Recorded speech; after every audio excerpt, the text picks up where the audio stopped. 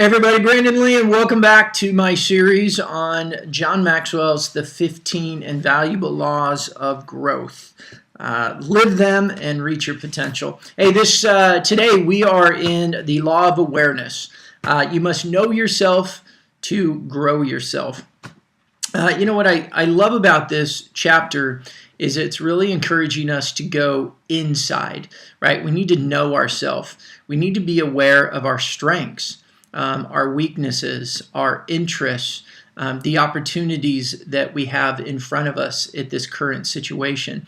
We live in a world where we have so many external informations that tell us things like what we're good at, what we should be good at, what we like, what we don't like, where to go. I don't know about you, but I know I had a lot of information coming at me when I was in college about things that I should do, and people from the outside would say things like, "Oh, you're so good at this, you should go do that." And I got confused, quite honestly, because I knew I had certain things on the inside of me, but I also had things on the outside coming in that would some support, but some contradict. And at the time, I just didn't have the confidence to really trust what was on the inside. You know, we live in a physical world where we have the five senses, right? Touch, taste, smell, hear, and see. And that's how we engage with our world so often. But we need to go on the inside to assess really what are the interests that are on the inside. What is it that we want to do? In order for us to reach our potential in life, we need to know where we want to go with absolute clarity, and then where we are currently so that we can strategize, put systems in place to help us get there. And that's what the beginning part of this is about. To grow yourself, you need to know yourself. So what are your strengths, and what type of strategies do you need to put in place to further your strengths? What are your weaknesses? And again, what type of strategies? What do you need to learn? Who can you learn from? What type of group do you need to get in with? Do you need to read a book? Do you need to go to a seminar? How do you overcome those weaknesses? And be very intentional about the activities that you're doing to further you.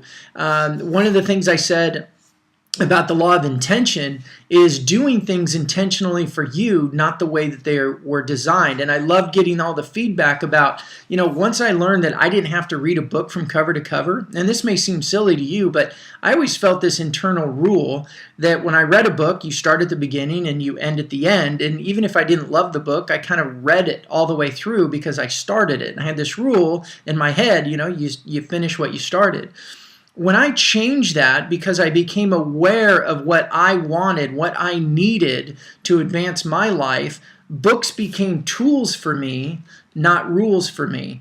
And so I could get into a book and take from it what I needed and leave the rest of it on the pages and be totally okay with it.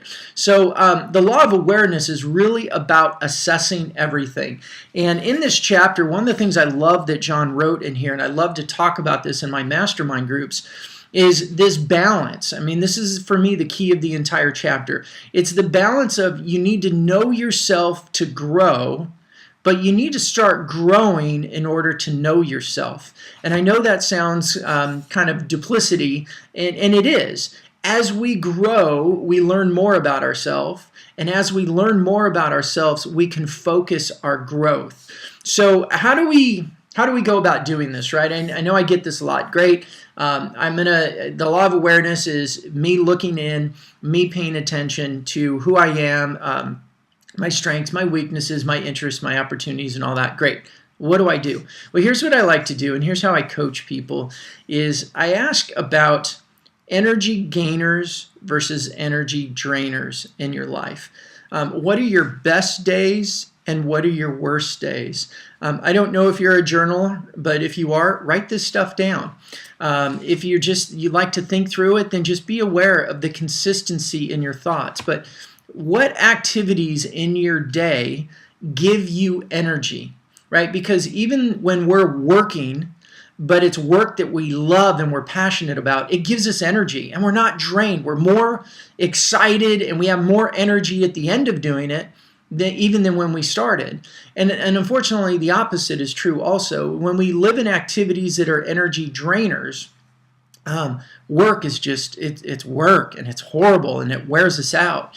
And as people, we weren't meant to be empty. We're meant to be full. We're meant to be full of joy and peace and excitement and energy.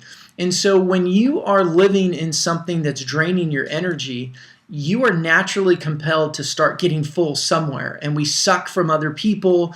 We get into habits or activities that aren't good for us, thinking that it's going to fill us. But really what it is the majority of our hours of the day, we're living in energy draining activities instead of energy gaining activities. So pay attention to that. Be aware of it. What are your best days? What are you doing? Who are you with? Are you alone? What activities are going on around you in those best days? And what activities are you participating in your worst days? And be aware of it. And then you can start strategizing to put yourself in more energy gaining than energy draining activities. So, when you pay attention to that, start writing it down, and then create your strategies and systems in place to help you develop your strengths, overcome your weaknesses, and take advantage of the opportunities that are before you. So, it's all about dreaming big and not letting people around you tell you, nah, you can't do it, because you have potential. There's not a single person I know that's wildly successful that is really all that different than any of us. They just had desire and they had clarity. They took it a step at a time and they worked their butt off to get there. So I encourage you today to pursue that, because here's the deal. When you do what you love, it's actually a lot better than you ever imagined it was going to be. So enjoy that today. It's the law of awareness from the 15 laws of invaluable growth, or the 15 invaluable laws of growth from John Maxwell. I'm Brandon Lee. Thanks for coming by. Drop your comments down below. Let me know what you're thinking, how you're internalizing this, how I can help you and add value to you and to your life. All right, have a great day.